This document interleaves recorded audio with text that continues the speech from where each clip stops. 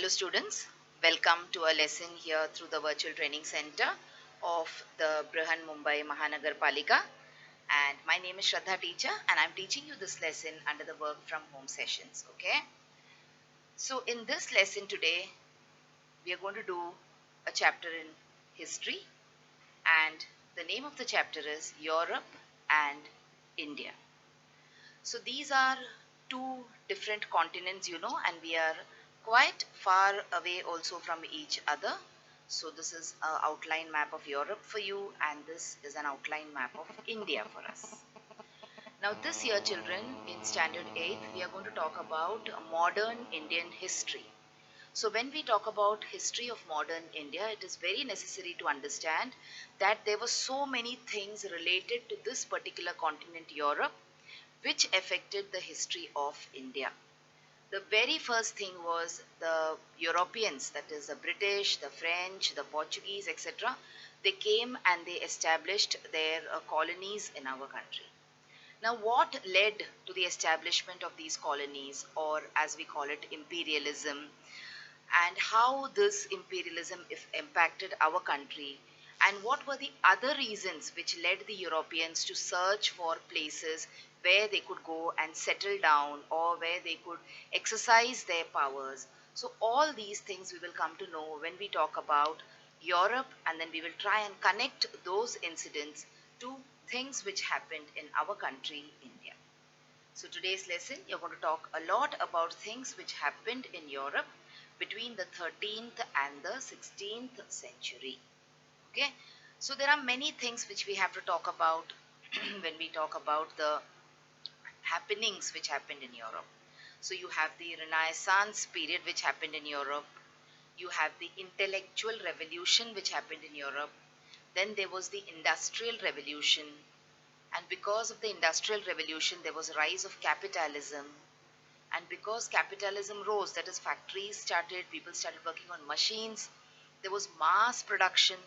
And for this mass production, they needed raw material in large quantities, and therefore they started trying to source these raw materials from different countries.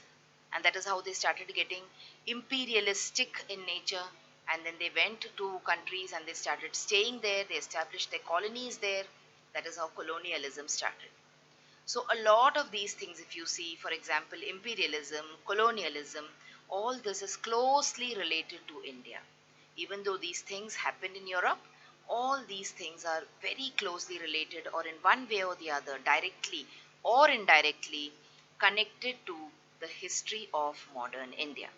That is why we will be doing this lesson. We will be talking about what are these things. That is the Renaissance. What is the Renaissance? What is the intellectual revolution? And what was the meaning and what was the significance of the industrial revolution? Okay, so all these things we will be talking about in this particular lesson. We have a 15-minute time slot. So as much as time permits, we will try and cover the points. So the first point that we will talk about today is about Renaissance. Now, this picture, if you see, you will understand what all things were included under Renaissance. So Renaissance meant three things. One was a reformation. Reformation means a change. Okay.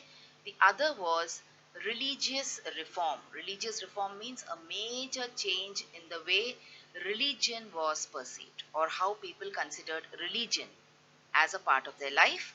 That went a change during the age of Renaissance. All right. And then we had the geographical discoveries. That is, the European people, they tried to find new sea routes, and they tried and discovered different places on the earth's surface, and India was one of them. Okay, so when we talk about age of Renaissance, we will talk about these three things: Reformation, religious reform, and geographical discoveries. Now children, what is Renaissance? Now we've been talking about Renaissance. We have seen a picture earlier also about Renaissance, and we know that Renaissance means related to change, something about reform, okay, something about making something new. So what is the meaning of Renaissance? Let us see. And now I told you it happened between the 13th and the 16th century. So we also call it as period of Renaissance. So it did not happen overnight. It happened over a period of these 3-4 centuries. Okay. So Renaissance, it has its origin in the French language. It means a rebirth. Okay. Usually in a spiritual sense. So rebirth doesn't mean someone who's dead is born again, all right, like punarjanam that we talk about.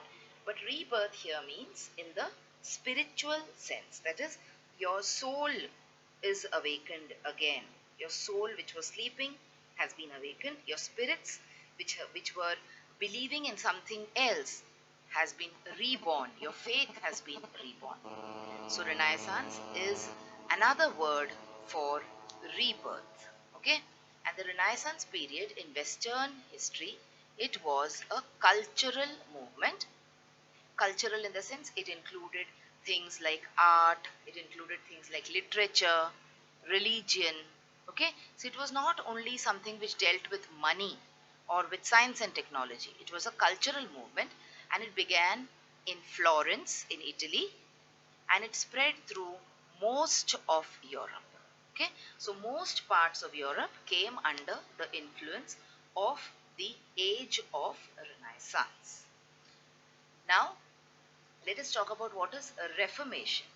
So, in this period, that is during the period of the 13th century to the 16th century, you will see that there was a lot of change, or there was a lot of, you can say, reform happening. Everything in the field of art, the field of architecture was changing. Okay, and then you will also see that during this period, there was a lot of discoveries which were happening. People were exploring other countries. All right, and during Renaissance, art especially, it underwent a huge change. So this is a image or a very famous picture of Mona Lisa by Leonardo da Vinci. So this is supposed to be a very, very important picture of big as well as far as the Renaissance period is concerned, because in the Renaissance period you will see there was a lot of focus on humanitarianism also. Humanitarianism means human beings, their feelings, okay, their beliefs. These were brought under focus. So art, in the field of art, there was a huge change in the way people drew, in the way people presented their art, okay, the themes of their art, etc. So art was affected by Renaissance. You will see how art underwent a lot of change during Renaissance. Architecture, that is the way people built buildings, monuments, etc., also underwent a huge change during this particular period of Renaissance. And humanitarianism became a very important aspect of Renaissance. That means that we start treating each other as human beings. Okay, the way you look at each other, the way you treat people, all these things became more important as far as the way the people lived was concerned. Okay, and religion was no longer on the forefront. Religion was not perceived as something which is most important. And slowly, the reform movement, it spread into other parts of life also. So religion also underwent a huge change during the period of Renaissance. Okay, and then you will see there were many discoveries also which happened during this period. For example, in the year 1450 AD, Johannes Gutenberg from Germany, he discovered the printing press. So you can see this is the printing press, which is a very basic model of a printing press which was discovered by Johann Gutenberg. And you know what must have happened after that? People had got a lot of access to the thoughts of other people. Okay, if someone writes something and that person could show it only to the people near him. Now when the printing press became available, thousands of copies of the same paper started being manufactured, and people could share thoughts with each other. New ideas were exchanged. All right, knowledge started reaching all sections of society. So this was one of the most important things, if you say, which happened, the most important change which happened. That is the discovery of the printing press by Johannes Gutenberg.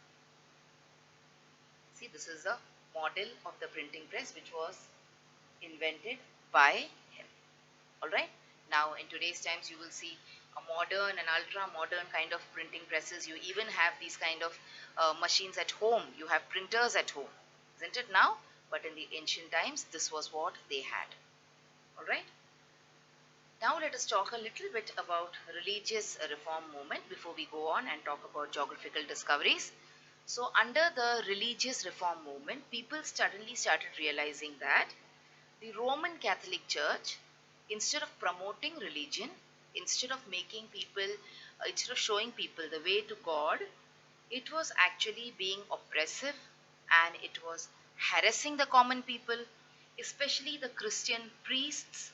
Okay, they were taking undue advantage of the people and they were playing on their minds and they were making people indulge in unnecessary rituals and the people were being looted actually in the name of religion. You can see this happening even today sometimes. So religion was being used as a weapon against the common people by the Roman Catholic priests. So that is what during the religious movement, reform movement, when people could exchange their ideas, when the ideas of people reached far and wide because of the printing press, because of the way the people started thinking, then suddenly the people started realizing that there should be some kind of a reformation which will happen in religion also. So not only in the field of art, not only in the field of philosophy, not only in the field of architecture, but they realize that we need to change the religious systems also of our countries. All right, and that is how the religious reform movement came into place, and human beings started getting more freedom, and they were able to break away from the shackles of these religions or from the chain of these religions. Okay, so this was a religious reform movement. Now we come to a very very important, you can say, incident which happened in the European continent, which had a direct impact on us Indians, and that is the discovery of geographical routes or the geographical discoveries. Now let us try and find out why they had to discover new routes and why they had to discover new places also. Now you will see that there was this particular province or there was this particular area which was called as the Ottoman Empire. Okay, now this is a map, and on the map the reddish portion that you can see is the Ottoman Empire, and this place was ruled by the Ottoman Turks. Alright. Now these people, they captured a very very important and very very strategic place or strategic, you can say, location called as Constantinople. Now this Constantinople is called as Istanbul today. So they captured this place. Now Constantinople was actually the connection between Asia and Europe. So the route, the land route between Asia and Europe passed to this city of Constantinople. Now, when the Ottoman Turks conquered Constantinople, they blocked the route. All right, they stopped allowing the Europeans to pass from there and reach into Asia. Now, when they used to go by land, the reach for them, it was limited. Now they were started suffering losses also, because when the route was blocked, it means you cannot go there, you cannot conduct trade, you cannot bring things from there, you cannot sell your things over there. So now they discovered that they realized that they have to discover new routes there, and that is how new routes from Europe to India and other Asian countries were discovered. Okay, they realized that if you have to survive in the trade and industry, we have to somehow see to it that we develop new routes or we discover new routes to India. Not only India, but many parts of Asia, but we are focusing on India because we are talking about the connection between Europe and India. So these children were some of the major things which affected, you can say, the history of modern India. Now there were some more things. Let us look at one last point before we finish the lesson for today. There was a lot of intellectual changes also which happened in the Europe. Okay, so there was Enlightenment, you can say, or the way people thought. Now there were so many other things also which were affecting these people. For example, we talked about the religious reforms, we talked about the geographical discoveries. Okay, we talked about changes in art, changes in literature, changes in philosophy. So all these things affected, you can say, in one way or the other, the people of Europe, and in a way it affected the places which they had colonized. And you will see that because of this there was a lot of change which happened in the way the Europeans thought, and their change in turn affected the way they dealt with countries like India where they were ruling. So children, this is the first, you can say, part of the lesson. Now we have almost exhausted the 15 minutes time limit that we have. So in today's lesson, children, we talked about what is the meaning of Renaissance and why we have to learn about the things which happened in Europe, the important incidents which happened in Europe. Why do we in India have to learn about it? Because we are learning about the history of modern India in standard 8th. And when we are talking about history of modern India, the British rule, the French rule, the Portuguese rule are all going to be part of this particular history. So it is very important for us to know about the people who were our rulers. And that is how we have seen a part of this lesson, and hope you understood the lesson and hope you found the pictures interesting.